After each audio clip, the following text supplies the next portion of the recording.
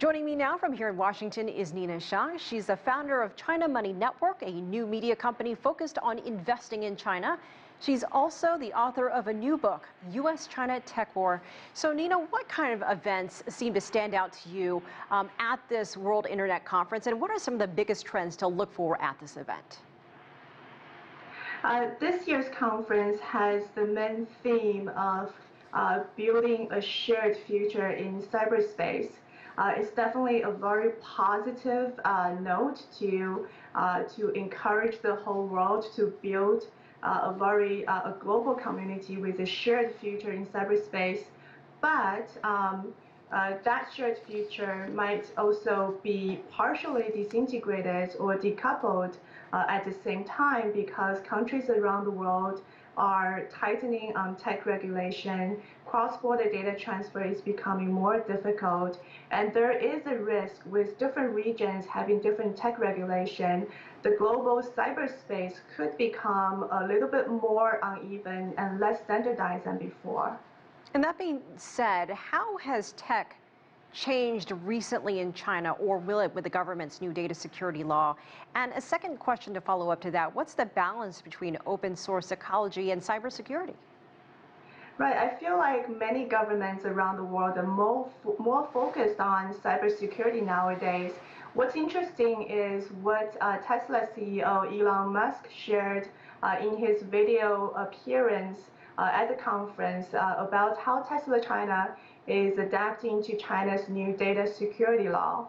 So Tesla has built up a data center to localize all the data its business generates in China, including sales, production, service, and charging. It's also basically locally storing all its user data. So those are going to become standard practice going forward.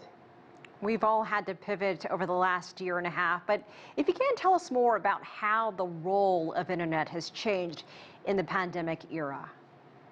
Right.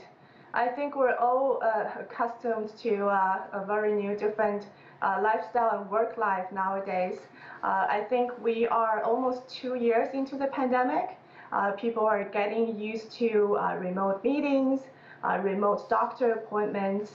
And so with 2 years, it's going to perhaps more fundamentally change people's behavior. And in the future, even after pandemic somehow ends, we are going to become more accustomed to online shopping, remote meetings, and remote friends gatherings. So all these trends are going to stay long after the pandemic.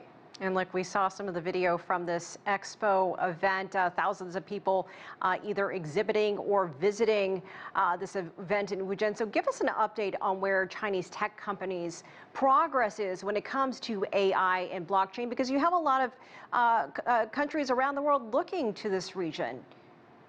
Right. I have to say that entrepreneurs and investors in China, especially in the AI sector, they're very optimistic and enthusiastic about future AI development in China. If you look at the number of newly registered companies in the AI sector in China, in 2020, that number jumped 300% compared to the year earlier.